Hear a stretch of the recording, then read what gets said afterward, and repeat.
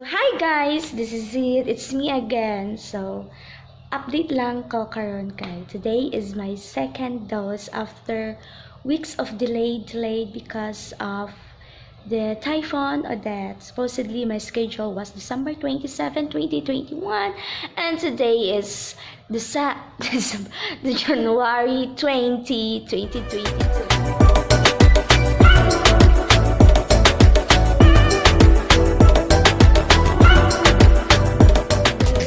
I'm going to share to you how do I feel after the second dose. So today I was vaccinated of my second dose Astra. And here's the proof. So wala na lang ko naka-picture-picture doon sa pagka ng tusok, na whatsoever. Kay hadlok. Hadlok siya dito, joke. Gamay rin yung hadlok. Okay, so akong update, how do I feel after I the second dose? So, for sure, kabaw na mo, kung sa inyong ma-feel, first dose pa lang. So, for me, today, my second dose, ako itong i-update kay I feel nga paya sa tagibati after second dose. So, ingon sila dili ra isog, pero isog-isog.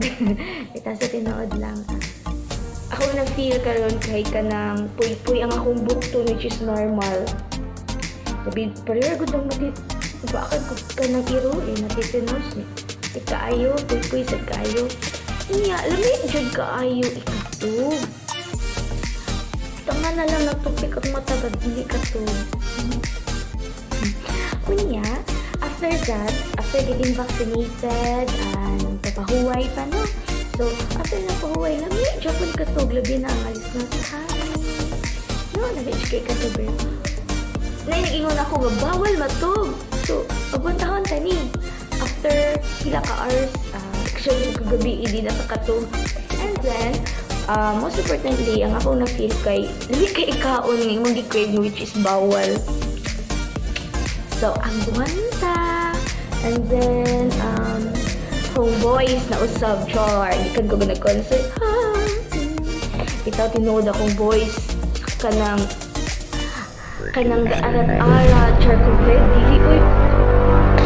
So, dili oy kanang, murag, something na nakoy na feel, feeling, I don't know, lakpagalo, kalit lang niya siya, bitaw tinood, arat akong tutunlan, and then,